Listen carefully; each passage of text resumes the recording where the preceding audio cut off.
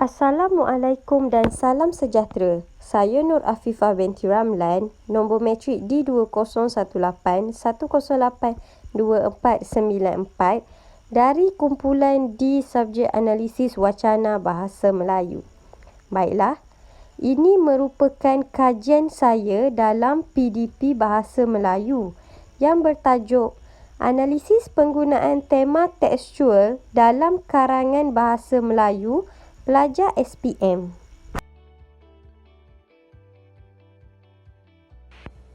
Baiklah, untuk pengetahuan semua, kajian dalam PDP Bahasa Melayu yang dijalankan oleh saya ini berkaitan dengan tema tekstual. Menurut Halliday 1994 dan E-Jeans 2004, tema tekstual merupakan tema yang sering menjadi pilihan pengkaji terdahulu, yang mana ianya melibatkan pemanfaatan unsur coherence dan juga kohesi. Ini kerana ia mampu melihat cara bagaimana teks diorganisasikan agar lebih efektif untuk menyampaikan maklumat dalam konteks yang sesuai. Baiklah, pelajar Sijil Peperiksaan Malaysia iaitu SPM seringkali menggunakan tema tekstual dalam karangan bahasa Melayu mereka. Hal ini menyebabkan karangan yang ditulis amatlah efektif untuk menyampaikan maklumat dalam konteks yang sesuai. Oleh itu, saya akan menganalisis tema tekstual yang digunakan dalam karangan SPM yang saya pilih yang bertajuk Langkah-langkah meningkatkan mutu sukan negara. Kajian yang saya jalankan ini berkaitan dengan teori SFL. Hal ini kerana tema tekstual berada di dalam teori SFL. Jadi, saya akan memberitahu kamu semua sedikit mengenai teori SFL ini. Menurut Aksani Wulansari 2016, teori linguistik fungsional sistemik pertama kali diperkenalkan oleh Halliday pada tahun 1960-an. Teori ini juga disebut teori SFL dan teori ini mengkaji tentang penggunaan bahasa pada fungsi dan latar belakang sosial tertentu. Teori SFL ini memfokuskan kepada teks dan konteks. Dalam teori SFL ini terdapat 3 metafungsi utama dalam bahasa, iaitu ideational, fungsional dan tekstual. Oleh itu, saya menjalankan kajian yang berkaitan dengan tekstual sahaja. Tema tekstual merupakan bahagian pertama daripada tema yang berfungsi menggabungkan dua klausa. Hal ini membolehkan penulis untuk mempersembahkan teks yang koheren, iaitu menurut Halliday 1994 dan Sarah 2005. Fungsinya dilihat sebagai pembentuk teks dalam bahasa. Oleh itu, makna tekstual ini melibatkan unsur binaan tema dan rema. Tema tekstual ini dibahagikan kepada 3 sub-entry iaitu pertama, struktural atau penanda wacana. Struktural atau penanda wacana ini ialah perkataan yang digunakan untuk menghubungkan teks. Ia memperlihatkan hubungan semantik dan juga gramatikal. Contoh perkataannya ialah tambahan pula, maka, dengan demikian, oleh sebab itu, oleh itu dan sebagainya. Sub-entry yang seterusnya ialah konjang ekjang ataupun kata hubung tambahan. Konjang ekjang ini berfungsi menghubungkan klausa sebelum dan klausa yang lain. Contoh perkataannya ialah yang, dan, tetapi, sehingga, lalu, walaupun, sungguh pun dan meskipun. Seterusnya, sub-entry yang terakhir ialah continuative ataupun penambah. Continuative atau penambah ini merupakan perkataan yang berfungsi membentuk hubungan dalam teks secara berterusan. Penambah ni merujuk kepada kata-kata yang menjadi permulaan dalam ucapan dan lebih banyak digunakan dalam percakapan berbanding penulisan. Contoh perkataannya, ya, oh, tidak, baik dan sebagainya. Memaparkan kepada kamu semua teks karangan Bahasa Melayu SPM yang telah saya kaji. Baiklah, berdasarkan teks karangan Bahasa Melayu ini, saya telah menganalisis tema tekstual yang terdapat dalam karangan ini. Jadi, mari kita sama-sama lihat apakah tema tekstual yang terdapat dalam karangan ini.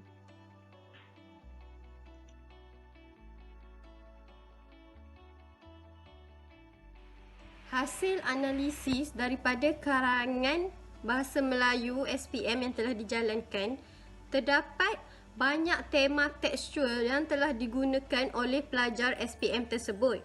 Oleh itu, saya telah memberikan beberapa contoh tema tekstual yang saya temui ketika menganalisis karangan tersebut. Antara contoh penggunaan struktural atau penanda wacana ialah ayat pertama, iaitu oleh hal yang demikian, pihak Kementerian Pelajaran Malaysia perlu bekerjasama dengan Kementerian Belia dan Sukan serta badan-badan sukan untuk menggilap bakat-bakat muda ini hingga mampu bersaing di peringkat antarabangsa. Ayat kedua, dengan demikian, para atlet serta ahli sukan mendapat bimbingan serta tunjuk ajar berterusan daripada jurulatih yang berwibawa. Dan ayat yang terakhir, oleh itu, jelaslah bahawa pengambilan jurulatih dan pemain import bukan sahaja meningkatkan prestasi atlet atau ahli sukan, malahan dapat meningkatkan imej negara di mata dunia.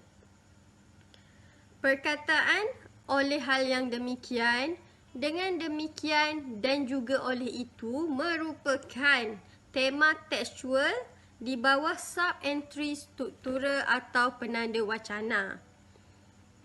Jadinya, sub-entry ini telah berfungsi untuk menghubungkan teks. Seterusnya, ini merupakan antara contoh penggunaan konjang ekjang atau kata hubung tambahan yang terdapat dalam karangan yang telah dianalisis. Baiklah, contoh yang pertama, program-program pembangunan atlet juga perlu diperbaiki dan diberi nafas baru dalam usaha melahirkan atlet yang berdaya saing. Dalam ayat ini, dan ini merupakan konjang ekjang ataupun kata hubung tambahan yang mana ia berfungsi menghubungkan antara klausa sebelum dengan klausa selepas. Dalam ayat ini, klausa sebelum ialah program-program pembangunan atlet juga perlu diperbaiki, manakala klausa selepas ialah diberi nafas baru dalam usaha melahirkan atlet yang berdaya saing. Oleh itu, dan ini berfungsi menghubungkan antara klausa sebelum dengan klausa selepasnya. Baiklah, contoh ayat seterusnya ialah pencapaian jaguar badminton negara Datuk Lee Chong Wei dan Ratu Squash negara Datuk Nicole Ann David sehingga membolehkan mereka berada pada kedudukan teratas senarai pemain terbaik dunia adalah berpunca daripada penyertaan yang aktif dalam pertandingan peringkat antarabangsa. Dalam ayat ini, kata hubung tambahan yang diperolehi ialah sehingga dan juga yang. Seterusnya, ayat yang terakhir, oleh itu, jelaslah bahawa pengambilan jurulatih dan pemain import bukan sahaja meningkatkan prestasi atlet atau ahli sukan, malahan dapat meningkatkan imej negara di mata dunia. Kesemua konjang ekjang ini berfungsi untuk menghubungkan antara klausa sebelum dengan klausa selepas. Namun begitu, dalam analisis ini, kontinuatif atau penambah tidak ditemui dalam karangan ini. Hal ini kerana kontinuitif ataupun penambah ni ianya banyak digunakan dalam ucapan. Maka dalam penulisan ini agak sukar untuk kita perolehi. Seterusnya, saya akan tunjukkan kepada kamu semua graf kekerapan penggunaan tema tekstual berdasarkan karangan yang telah saya analisis. Berdasarkan karangan tersebut, terdapat 10 kali penggunaan struktura atau penanda wacana. Selain itu, penggunaan konjang ekjang juga berlaku sebanyak 30 kali, manakala kontinuatif tidak dapat ditemui. Maka, ini merupakan carta pie yang mana menunjukkan penggunaan struktura atau penanda wacana ini merupakan 75%, manakala konjang ekjang 25%.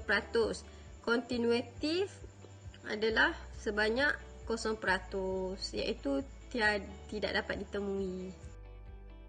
Sekarang saya akan tunjukkan video bahan bantu mengajar berkaitan tema tekstual. Selamat menonton!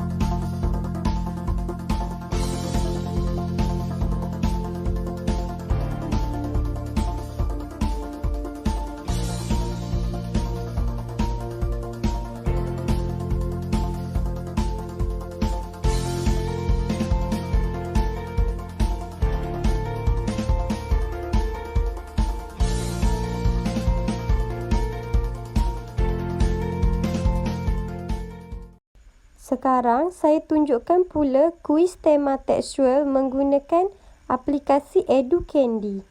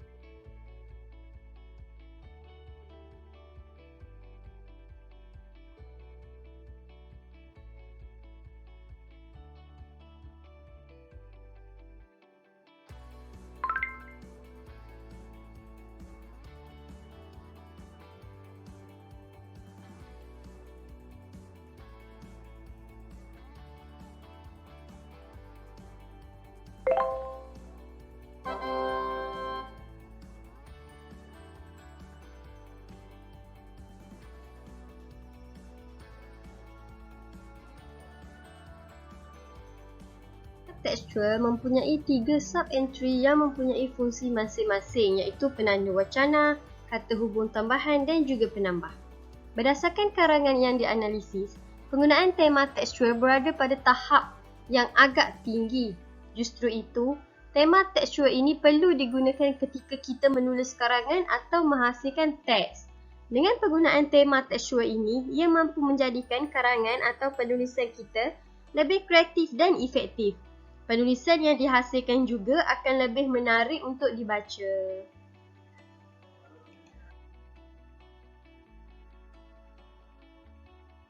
Itu sahaja daripada saya. Sekian, terima kasih.